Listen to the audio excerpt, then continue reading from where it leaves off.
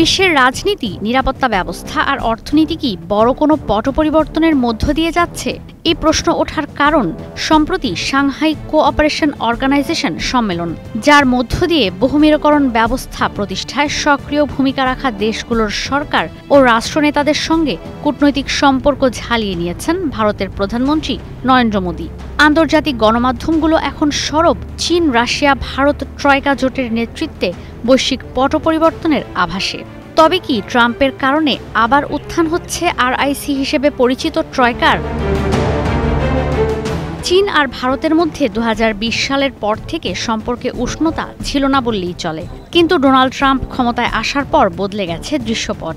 একসময় মিত্র হিসেবে পরিচিত ভারতে ৫০% শুল্ক আরোপ করে আবারও আরআইসি জোটের উত্থানের উস্কানিটা দিয়েছেন ডোনাল্ড ট্রাম্প নিজেই।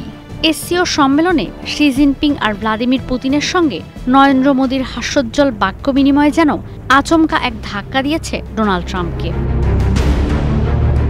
ভূ রাজনীতি, কূটনীতি আর বৈশ্বিক অর্থনীতিতে যুক্তরাষ্ট্রের একচ্ছত্র আধিপত্যের বরাবরই বিরোধিতা করে আসছে চীন ও রাশিয়া।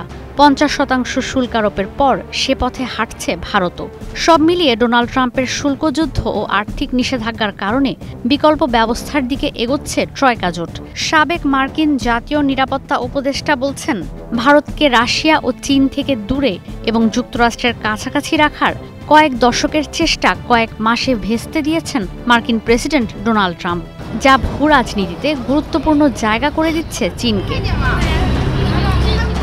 শুধু কূটনৈতিক সম্পর্ক নয়, বাণিজ্যিক গুরুত্বেও কোনো অংশে কম নয় ট্রয়কা জোট। ভারত, চীন, রাশিয়া বিশ্বের মোট জিডিপির ১/৫ ২০২৩ সালে এই তিন দেশের মধ্যে ত্রিপাক্ষিক বাণিজ্যের পরিমাণ $৪৫,২০০ কোটি। মজার তথ্য হলো, চীন আর ভারত থেকে সবচেয়ে বেশি পণ্য আমদানি করে যুক্তরাষ্ট্র। অন্যদিকে রাশিয়া থেকে সবচেয়ে বেশি পণ্য আমদানি করে চীন ও ভারত। ব্রিটিশ অর্থনীতি বিশ্লেষকরা বলছেন, কোনোভাবে যদি ভারত, চীন আর রাশিয়ার সঙ্গে জোট বাঁধে, একবিংশ শতাব্দীতে প্রতিযোগিতায় আর টিকে থাকতে পারবে না যুক্তরাষ্ট্র। মার্কিন বিশ্লেষকরা বলছেন, চীনের উত্থান ঠেকাতে যুক্তরাষ্ট্রের উচিত ছিল ভারতকে পাশে রাখা। কিন্তু ট্রাম্প এখানেই ভুল করেছেন। এশিয়া প্রশান্ত মহাসাগরীয় অঞ্চলে চীনের সঙ্গে একা টেক্কা দেয়া যুক্তরাষ্ট্রের পক্ষে সম্ভব নয়।